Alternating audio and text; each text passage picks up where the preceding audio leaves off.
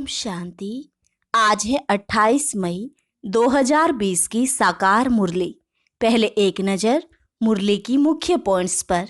बाबा ने कहा, तुम बच्चों को अथाह खुशी होनी चाहिए, क्योंकि तुम्हारे ख्याल ख्वाब में भी नहीं था कि हम विश्व के मालिक बनेंगे। कल्प कल्प तुमको याद के बल से ही विश्व का राज्य मिलता है, अब फिर मिल रहा है।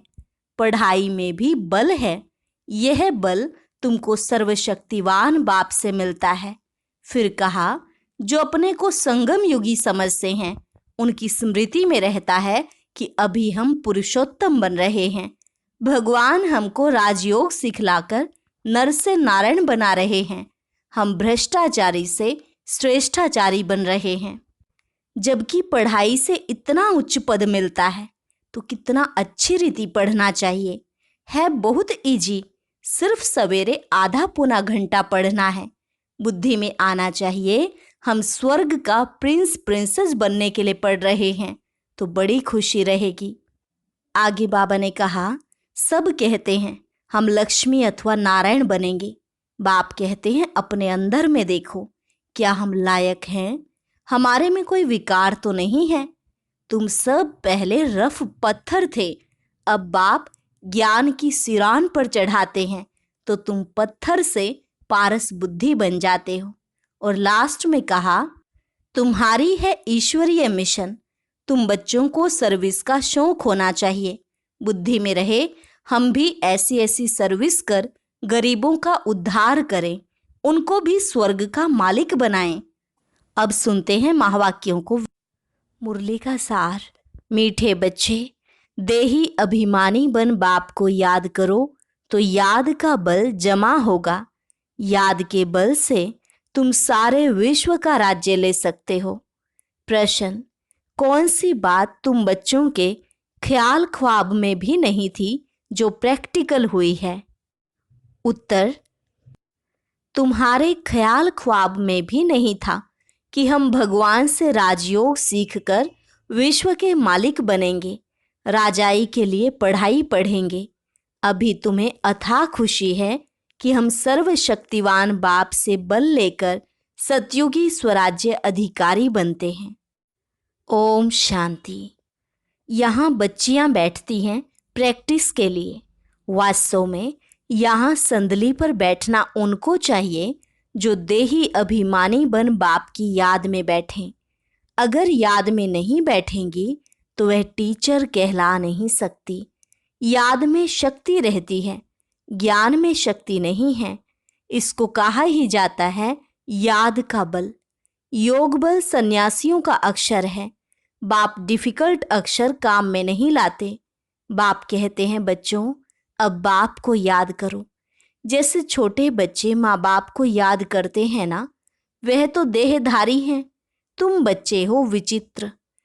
यह चित्र यहाँ तुमको मिलता है, अर्थात यह शरीर मिलता है। तुम रहने वाले विचित्र देश के हो, वहाँ चित्र रहता नहीं। पहले पहले ये पक्का करना चाहिए हम तो आत्मा हैं। इसलिए बाप कहते हैं, बच्चे देही अभिमानी बनो, अपने को आत्मा निश्चय करो। तुम निर्वाण देश से आए हो, वह तुम सभी आत्माओं का घर है। यहाँ पार्ट बजाने आते हो। पहले पहले कौन आते हैं, यह भी तुम्हारी बुद्धि में है। दुनिया में कोई नहीं जिसको यह ज्ञान हो।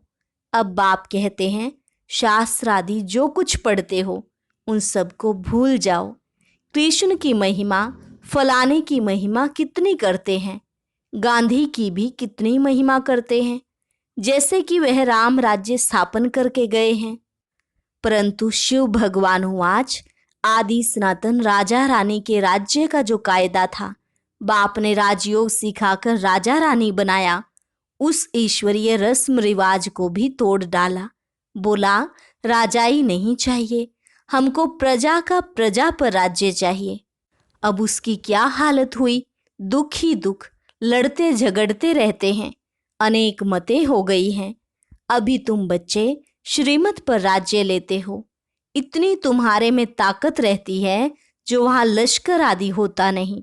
डर की कोई बात नहीं। इन लक्ष्मी नारायण का राज्य था, अद्वैत राज्य था। दो थे ही नहीं जो ताली बजे, उसको कहा ही जाता है अद्वैत राज्य। तुम बच्चों को बाप देवता बनाते हैं, फिर द्वैत से दैत्य बन जाते हैं रावण द्वारा। अभी तुम बच्चे जानते हो, हम भारतवासी सारे विश्व के मालिक थे। तुमको विश्व का राज्य सिर्फ याद बल से मिला था, अब फिर मिल रहा है, कल्प कल्प मिलता है, सिर्फ याद के बल से। पढ़ाई में भी बल है, जैसे बैरिस्टर बनते हैं तो बल है ना, वह है पाई पैसे का बल। तुम योग बल से विश्व का राज्य करते हो, सर्वशक्तिवान बाप से बल मिलता है। तुम कहते हो बाबा हम कल्प कल्प आपसे सतयुग का स्वराज्य लेते हैं, फिर गंवाते हैं, फिर लेते हैं। तुमको पूरा ज्ञान है। अभी हम श्रीमत पर श्रेष्ठ विश्व का राज्य लेते हैं, विश्व भी श्रेष्ठ बन जाता है। यह रचता और रचना का ज्ञान तुमको अभी है। इन लक्ष्मी नारायण को भी ज्ञान नहीं होगा कि हमने राजाई कैसे ली। यहाँ तुम पढ़ते हो, फिर जाकर राजाई करते हो। कोई अच्छे धनवान के घर में जन्म लेते हैं तो कहा जाता है ना, इसने आगे जन्म में अच्छा कर्म किया है, दान पुण्य किया है, जैसा कर्म ऐसा जन्म मिलता है। अभी तो यह है ही रावण राज्य। यहाँ जो भी कर्म करते हैं वह विकर्म होता है, सीढ़ी उतरनी ही है। सबसे बड़े उच्च से उच्च देवी देवता धर्म वालों की भी सीढ़ी उतरनी है, सतोह रजो तमो में आना है। हर एक चीज नई से फिर पुरानी होती है। तो अभी तुम बच्चों को अथाह खुशी होनी चाहिए। तुम्हारे ख्याल ख्वाब अर्थात संकल्प स्वप्न में भी नहीं था कि हम विश्व के मालिक बनते हैं। भारतवासी जानते हैं कि इन लक्ष्मी नारायण का सारे विश्व पर राज्य था। पूज्य थे सो फिर पुजारी बने हैं। गाया भी जाता है आपे ही पूज्य आपे ही पुजारी। अब तुम्हारी बुद्धि में यह होना चाहिए। यह नाटक तो बड़ा वंडरफुल है। कैसे हम 84 जन्म लेते हैं उनको कोई नहीं जानते। शास्त्रों में 84 लाख जन्म लगा देते हैं। बाप कहते हैं यह सब भक्ति मार्ग के गपोड़े हैं। रावण राज्य है ना, राम राज्य और रावण राज्य कैसे होता है, यह तुम बच्चों के सिवाय और कोई की बुद्धि में नहीं है। रावण को हर वर्ष जलाते हैं तो दुश्मन है ना। 5 विकार मनुष्य के दुश्मन हैं। रावण है कौन, क्यों जलाते हैं, कोई भी नहीं जानते। जो अपने को संगम युगी समझते हैं उनकी स्मृति में रहता है कि अभी हम पुरुषोत्तम बन रहे हैं। भगवान हमको राजयोग सिखलाकर नर से नारायण, भ्रष्टाचारी से श्रेष्ठाचारी बनाते हैं। तुम बच्चे जानते हो हमको ऊंच ते ऊंच निराकार भगवान पढ़ाते हैं। कितनी अथाह खुशी होनी चाहिए। स्कूल में स्टूडेंट की बुद्धि में रहता है ना, हम स्टूडेंट हैं, वह तो है कॉमन टीचर, पढ़ाने वाला। यहाँ तो तुमको भगवान पढ़ाते हैं। जब पढ़ाई से इतना उच्च पद मिलता है तो कितना अच्छा पढ़ना चाहिए। है बहुत इजी, सिर्फ सवेरे आधा पौना घंटा पढ़ना है। सारा दिन धंधे आदि में याद भूल जाती है, इसलिए यहाँ सवेरे आकर याद में बैठते हैं। कहा जाता है बाबा को बहुत प्रेम से याद करो। बाबा आप हमको पढ़ाने आए हैं। अभी हमको पता पड़ा है कि आप 5000 वर्ष बाद आकर पढ़ाते हैं। बाबा के पास बच्चे आते हैं तो बाबा पूछते हैं आगे कब मिले हो। ऐसा प्रश्न कोई भी साधु सन्यासी आदि कभी पूछ ना सके। वहां तो सत्संग में जो चाहे जाकर बैठते हैं। बहुतों को देखकर सब अंदर घुस जाते हैं। तुम भी अभी समझते हो, हम गीता रामायण आदि कितना खुशी से जाकर सुनते थे। समझते तो कुछ नहीं थे। वह सब भक्ति की ही खुशी है। बहुत खुशी में नाचते रहते हैं, परंतु फिर नीचे उतरते आते हैं। किस्म किस्म के हठयोग आदि करते हैं। तंदुरुस्ती के लिए ही सब करते हैं। तो बाप समझाते हैं यह सब है भक्ति मार्ग की रस्म रिवाज। रचता और रचना को कोई भी नहीं जानते तो बाकी रहा ही क्या। रचता रचना को जानने से तुम क्या बनते हो और ना जानने से तुम क्या बन पड़ते हो। तुम जानने से सॉल्वेंट बनते हो, ना जानने से वही भारतवासी इंसॉल्वेंट बन पड़े हैं, गपोड़े मारते रहते हैं। क्या क्या दुनिया में होता रहता है, कितने पैसे सोना आदि लूटते हैं। अब तुम बच्चे जानते हो, वहां तो हम सोने के महल बनाएंगे। बैरिस्ट्री आदि पढ़ते हैं तो अंदर में रहता है ना, हम यह इम्तिहान पास कर फिर यह करेंगे, घर बनाएंगे। तुमको क्यों नहीं बुद्धि में आता है, हम स्वर्ग का प्रिंस प्रिंसेस बनने के लिए पढ़ रहे हैं। खुशी कितनी रहनी चाहिए, परंतु बाहर जाने से ही खुशी गुम हो जाती है। छोटी छोटी बच्चियां इस ज्ञान में लग जाती हैं। संबंधी कुछ भी नहीं समझते, कह देते जादू है, कहते हैं हम पढ़ने नहीं देंगे। इस हालत में जब तक सगीर हैं तो माँ बाप का कहना मानना पड़े, हम ले नहीं सकते। बहुत खिटपिट हो पड़ती है। शुरू में कितनी खिटपिट हुई। बच्ची कहे हम 18 वर्ष की हैं, बाप कहे नहीं 16 वर्ष की है, सगीर है। झगड़ा कर पकड़ ले जाते थे। सगीर माना ही बाप के हुक्म में चलना है। बालिग है फिर जो चाहे सो करे, कायदे भी है ना। बाबा कहते तुम जब बाबा के पास आते हो तो कायदा है अपने लौकिक बाप का सर्टिफिकेट अर्थात चिट्ठी लेकर आओ। फिर मैनर्स भी देखने होते हैं। मैनर्स ठीक नहीं है तो वापस जाना पड़ेगा। खेल में भी ऐसे होता है, ठीक नहीं खेलते तो उनको कहेंगे बाहर जाओ। आबरू अर्थात इज्जत गंवाते हो। अभी तुम बच्चे जानते हो हम युद्ध के मैदान में हैं। कल्प कल्प बाप आकर हमको माया पर जीत पहनाते हैं। मूल बात ही है पावन बनने की। पतित बने हैं विकार से। बाप कहते हैं काम महाशत्रु है, यह आदि मध्यंत दुख देने वाला है। जो ब्राह्मण बनेंगे वही फिर देवी देवता धर्म में आएंगे। ब्राह्मणों में भी नंबरवार होते हैं। क्षमा पर परवाने आते हैं, कोई तो जल मरते हैं, कोई फेरी पहनकर चले जाते हैं। यहाँ भी आए हैं, कोई तो एकदम फिदा होते हैं, कोई सुनकर फिर चले जाते हैं। आगे तो ब्लड से भी लिख कर देते थे बाबा हम आपके हैं। फिर भी माया हरा लेती है। इतनी माया की युद्ध चलती है। इनको ही युद्ध स्थल कहा जाता है। यह भी तुम समझते हो। परमपिता परमात्मा ब्रह्मा द्वारा सभी वेदों शास्त्रों का सार समझाते हैं। चित्र तो ढेर बना दिए हैं ना। नारद का भी मिसाल इस समय का है। सब कहते हैं हम लक्ष्मी अथवा नारायण बनेंगे।